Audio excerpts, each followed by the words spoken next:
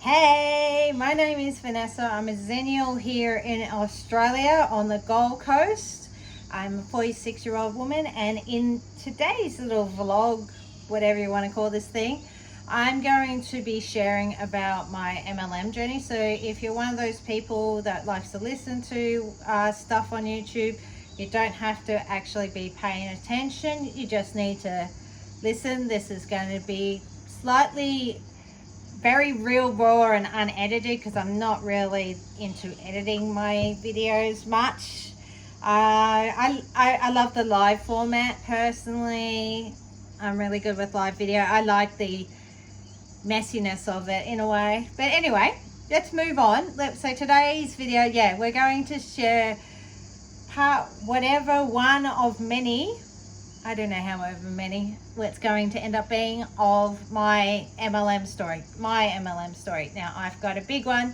It's over many decades, in and out, different MLMs. No, I never made the tippy top of any MLM. I did do well in 2 of them, though. I did do all right. I did all right for myself in 2 of them.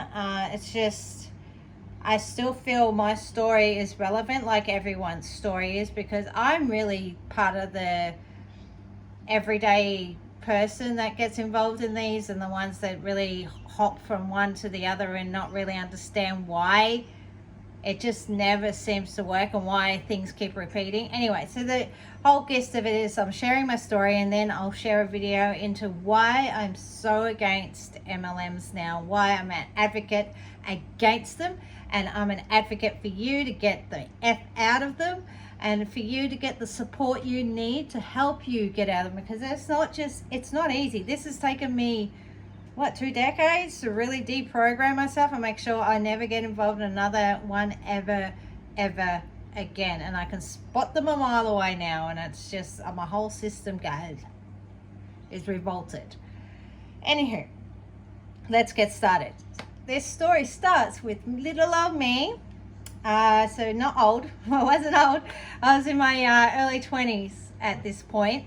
I worked at Kmart Australia, in Australia Fair, the shopping centre. At the time, there's bound to be photos. You go search the interwebs. There's bound to be photos around of a little coffee shop within. So you had Kmart, the store, and then within Kmart, near the backish, you had this little coffee shop called Holly's Cafe, and I was a cafe attendant. That's the title. And so I was working inside Kmart, but I wasn't doing the retail side of things. I was the hospitality, always hospitality back then. And nonetheless, what happened, my first brush with any MLM whatever, is the granddaddy, what I call the granddaddy of them all, is Amway. Yep, Amway.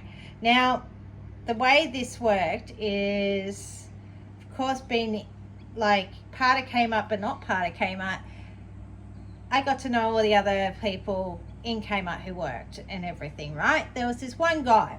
I was early 20s. I major little crush on him. Total crush on him. And I think he kind of knew it, but even if he didn't, I don't know. I did, want to be around him and stuff because I had a little crush on him. So anywho, this guy, I don't know how it happened, don't have the recollection for it. Thanks, perimenopause. Perimenopause ladies, put a 1 in the chat below, but anyway. I see you. So yeah, early 20s, had a little crush on this guy. This guy ends up being involved in Amway. Yeah, so back then they did cassette tapes.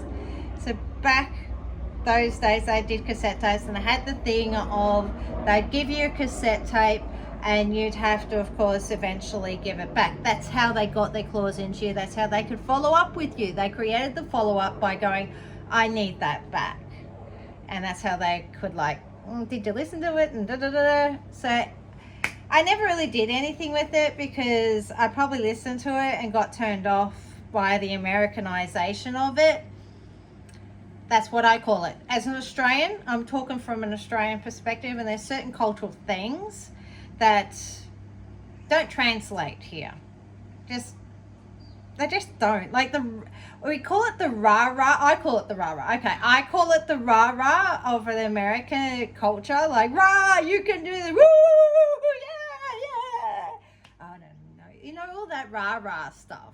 I call it. It's not really for me, and it's not really for a lot of Australians. We're not really into it. We kind of got to get indoctrinated into it. Nonetheless, yeah, I never really did anything with it. I think I gave him the tape back, didn't really do anything. I also didn't have the money. I was a cafe attendant. I wasn't exactly making good money. Nah. So that was my first brush. My next brush with it was I'm going to have to stop because I'm going to have to give you a little bit of background. And this background is vital. This background is a very key piece to how the next couple of things, it's a vital piece of it. It makes my story just that little bit different to most other MLM stories out there, I think. Well, I feel. I haven't heard it. I'm going to admit, I have not. I've heard a lot of people share their MLM stories, and no one has really shared this. From my mid-20s, so 2011, 2000, okay, I'm going to say something, but when did the September 11 attacks happen? That's the date in Australian time, so the next day, September 12th, technically. I started in my first day, my first shift ever as an adult entertainer, erotic dancer, stripper, whatever you want to call me. I was in a local strip club taking my clothes off for money. Okay? Did a little dance, showed my titties, showed my boobies, showed my ass, and I made money. And that moment is a key piece of this, because from that moment for the next 7 to 8 years, that's all I did. That was my main business, and it was legitimately a business. I declared my income. I was actually above board with it, and for the first time in my life,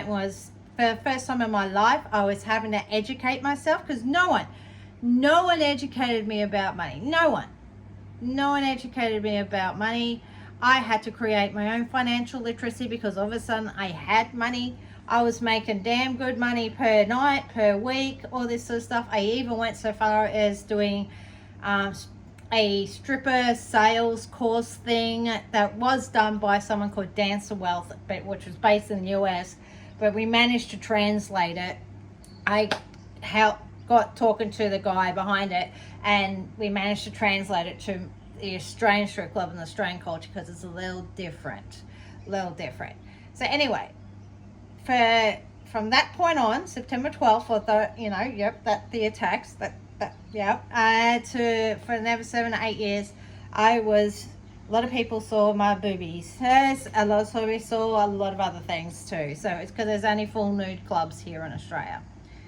I have no shame about it, and no guilt, and nothing about it. It was a really good time of my life. One, that it taught me to get financially literate. Yeah, I went down the rich dad, poor dad rabbit hole, I call it. Like, read that book, read the Cash Flow Quadrant, got the game, read the other books that were associated with it. I also,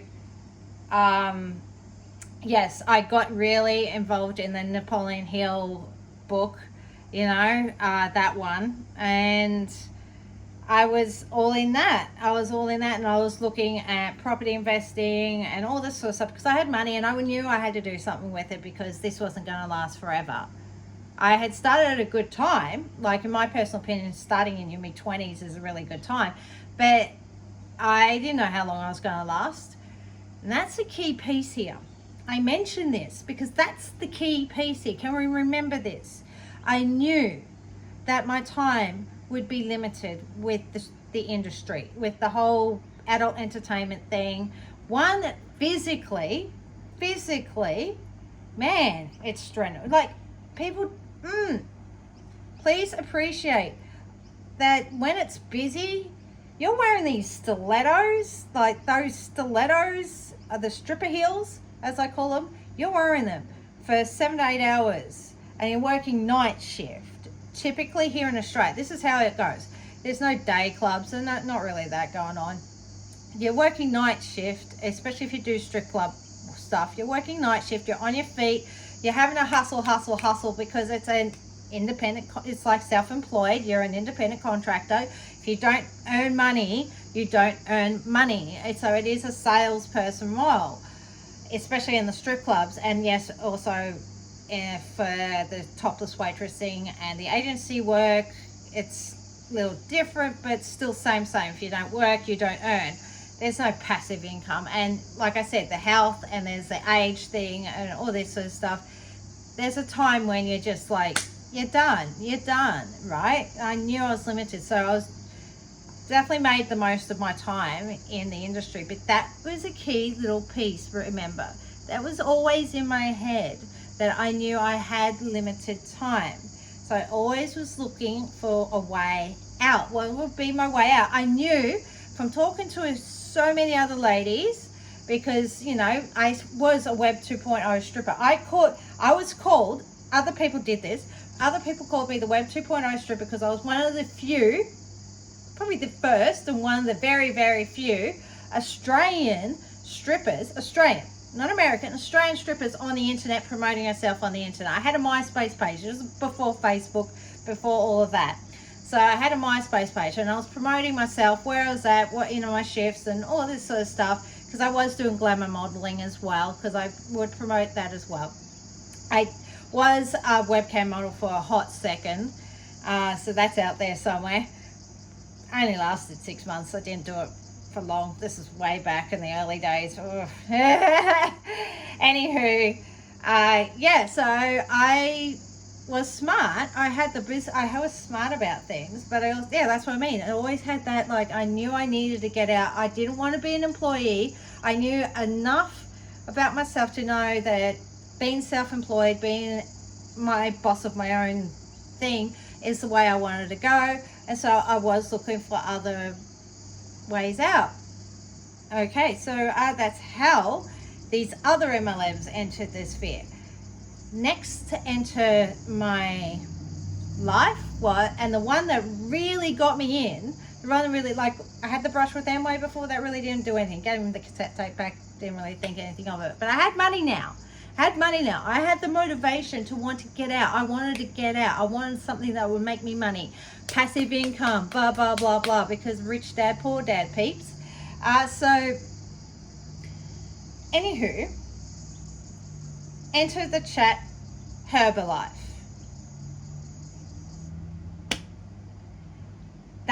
It just seemed to be everywhere.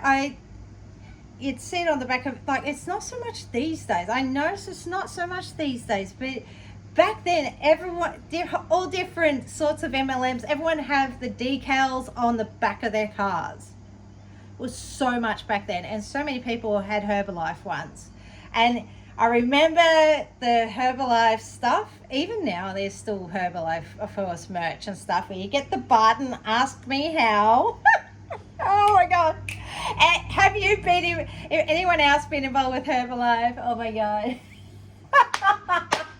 I laugh now.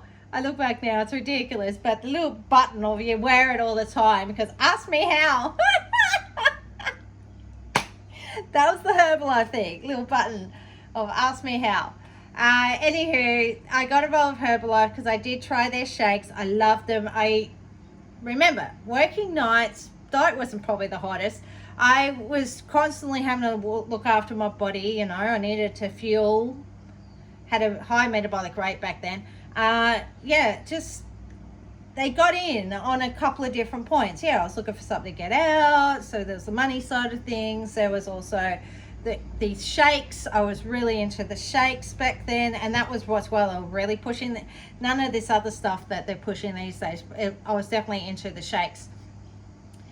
I definitely went and then into the skincare stuff eventually too, of course, because so much makeup, always wearing makeup. This is the reason why I'm not a makeup girly anymore. So much makeup. So anywho, let's move on.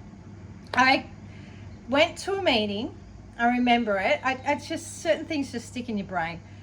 I went to the meeting where I got invited to. I remember standing there and just watching everything, and there was a bit of that rah-rah, the American rah-rah, I call it, like the woo, yeah, woo, you know, and all that celebration stuff going on. That wasn't such a thing for me, but I loved the shakes. I loved the shakes. The product sold me. And then, yeah, I got in and heard, like,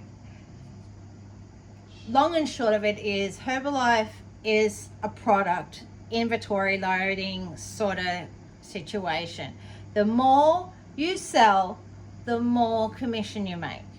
So that's what I heard. So I heard like, oh, I'll make like 35% commission or X amount commission. I don't know, whatever the comp plan is. I'm not here to discuss that right now. I'm here to discuss my journey and story.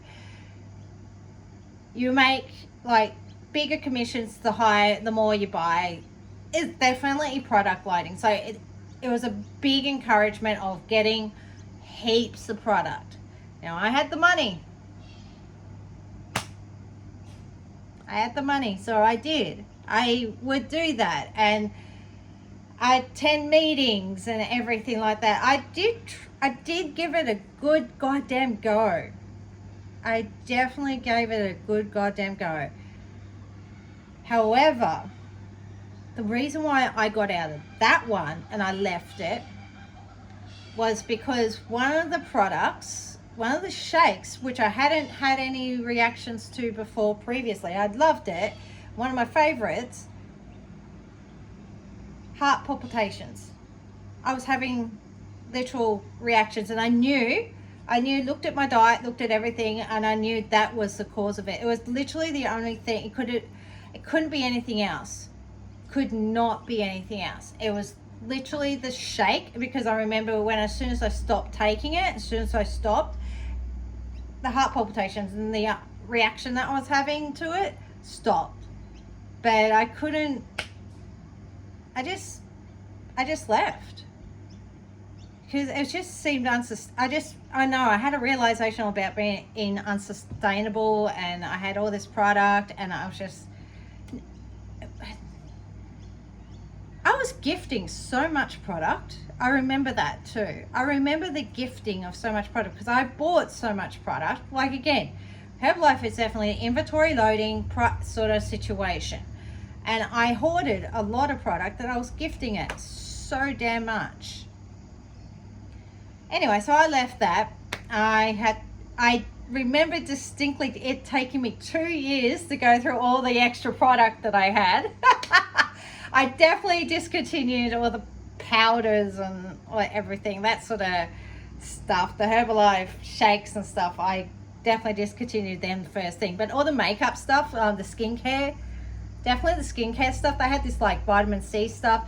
I had heaps of that sort of thing on hand, so I just kept using it and giving it away as presents until I didn't have any left. So that's pretty much how I left that. I just left. I just stopped.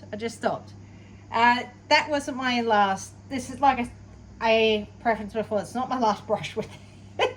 Herbalife was the in though. The Herbalife was the in. Started knowing about MLMs. Didn't know and educated. This is before YouTube was really a thing. Honestly, like I said, I was a MySpace girly. Big time on that. Moved then to Facebook. Early adopter of Facebook, and everything like that. It's just. I wasn't really I'm going to be upfront. The anti-MLM sphere wasn't around. It was, but it wasn't. It was on websites, and then the indoctrination. I would see these websites, and I would have skeptical, like, are they really true? Are they just, whatever. I would definitely look up Google, and it was Google or Yahoo or Google, whatever. I would definitely do XLX scam and stuff and see the articles and read the articles, and it did stop me for a few of them. There was definitely a few of them later in my story I'll talk about, but there was a few of them because of that and reading certain anti-MLM articles and people speaking out against it that, I just was all like, no. And also I've always had a little bit of a smarts and business nous and a little bit of sense, that there was some sense for me.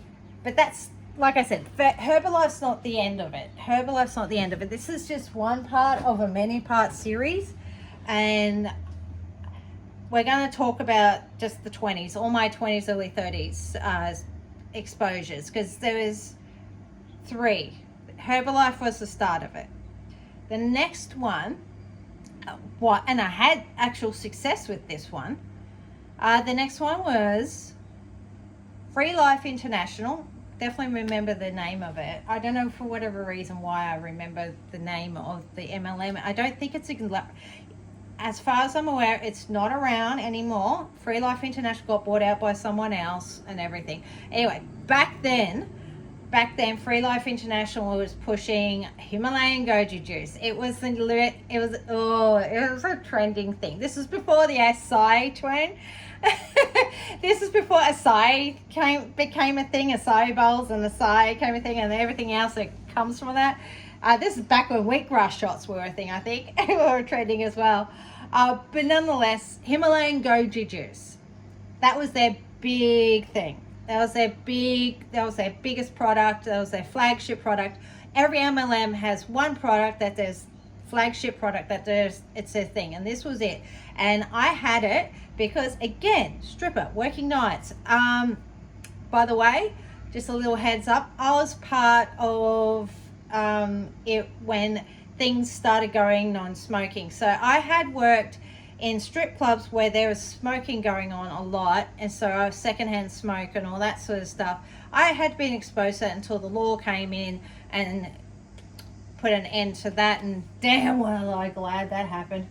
Oh my God, so many times coming back from the strip clubs, working, stinking of cigarette smoke.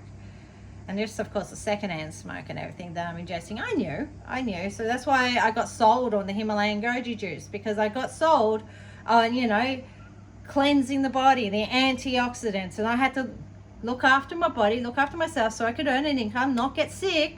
Can't get sick. It sold me on that. And it was just a drink. And I had a good reaction to it. I felt energized. I felt whatever. I was actually enjoying drinking it. It tasted great. I loved it. Shots of, just put it in the cap and have shots. I would take it to work and everything. And that's the key point here. That's how I was actually able to make some money with this one. Yes, Herbalife had some success with it, but not really. This one I was starting to see some success with. So this is a key point of why please do not buy from your friends and family when they get involved in an MLM. It perpetuates this. It perpetuates this false hope of that this is working. I'm selling shit. I'm making money. Yeah. So I sold this to all the other strippers. So yeah, this is where my story slightly deviates from a lot of other people's stories. I have yet to hear, and Hannah Alonso, I have gone through your whole entire MLM horror stories playlist, and I've listened to a lot, and I have yet to come across a stripper saying anyone that's been in the adult industry that's been selling to other people in the adult industry. So yeah, watch it. That's not just out there in the normals land, the civilian world as it's called. The stripping industry, the adult entertainment industry, there's people involved in MLMs there pitching to other strippers. I was one of them. I was a stripper hun. Stripper hun. So yeah, I was making some decent cash with this one. I was actually doing all right. For some reason, now I've always been very internet techie orientated, very all over it. Like I said, Web 2.0 stripper, using MySpace and everything to promote myself and, all that sort of stuff. I was definitely in on it. I don't know what the word is. I looked up some stuff. Now, I was pretty much left on my own. Now, most of these, except for Herbalife, I definitely had upline that cared, like that was actively involved. For this one, not so much. This one, the FreeLife International Himalayan Goji Juice, I didn't really have an active mentorship from anyone. I was pretty much left on my own. So I guess that's why I was successful. But anyway, like I said, selling to other strippers, it was an easy sell. They loved it too. So blah, blah, blah, blah. I was looking up something, and this was the first exposure that I had. First of many, by the way, but it didn't stop me. First of many exposures to the skeletons. I remember this distinctly. It really rocked me. Really rocked me, because I was starting to make some money. I was starting to move up the ranks. I was starting to get somewhere with this one. And I read about something that happened to some distributors in FreeLife International. And I was like, whoa. I kind of saw the skeletons in their closet. That were, you know, every MLM's got them. Every MLM. It's just these days with the internet, it's more out there. The skeletons are all like, hey, I'm here. You can't miss them these days. But back then, you could hide them a little bit quicker and, I don't know, easier, not quicker, easier. And I read about something they did in regards to that. And that's when I started to look at the policies and procedures, and I was very much, oh my God, this is where it's the MLMs. Even though I wasn't fully out, I was still kind of not fully anti-MLM, but I started realizing the policies and procedures, and I started reading FreeLife International's policies and procedures. And that's where I had the gasp, like the, whoa, they're protecting their ass. And they could get me any 6 ways to Sunday. Like, you know what I mean? Look at the policies and the procedures. Every single goddamn time, the corporate is protecting their ass. They don't care about you as a distributor. They really don't. And this was my first exposure to that. And I had to really sit with it, because remember, I was making money. I was going somewhere with this. And having this information and having to then go, what do I want to do with that? Yeah, I left. What I ended up doing with that is I left. I did leave. I decided I didn't like this. I didn't like what they did. And these distributors were like other ones we hear so many times in the anti-MLM space. They were at the tippy top. They were up there. And bye. Because of the policies and procedures that they can use against you as a distributor. So, yeah. FreeLife International, thank you. The goji juice was actually decent. Like, some of the products were actually quite decent. This one was actually quite decent, and the goji juice was actually quite decent. However, I left. The skeletons, the policies and procedures, no. And that is actually how a lot of MLMs couldn't grab me after that point. That was not the last one, though. There was a big gap, by the way. This is where we're going to conclude this story time. We're going to go into continue the story, because these two were part of my stripping career. I did say there was a third, but I realized I was mixing that up with something else. Yeah. So I'm going to pause this here. We're not really pause it, but we're going to conclude this here. And I've purposely left a big gap here because I want the video to be able to do all the things so you can find the next one in the series here. I will definitely put the next one over here that you can find, so to keep going with this story. And I would love to hear from you. Really do. What has been your exposure? I'm a Zennial, so I've got lots of different exposure to different MLMs. And yeah, anyway, let me get into the next part of this story. because the next part is really where oh my God, I got involved in, I don't know, I think there was one of them I got involved with twice. I'll explain why. Another one, and then there's just lots to it. My brain's just processing it all right now. It's just like, there's lots, there's tea to have. So yes, go to the next video, like, subscribe, share, comment. Definitely give me some algo love, and I'll see you in the next video.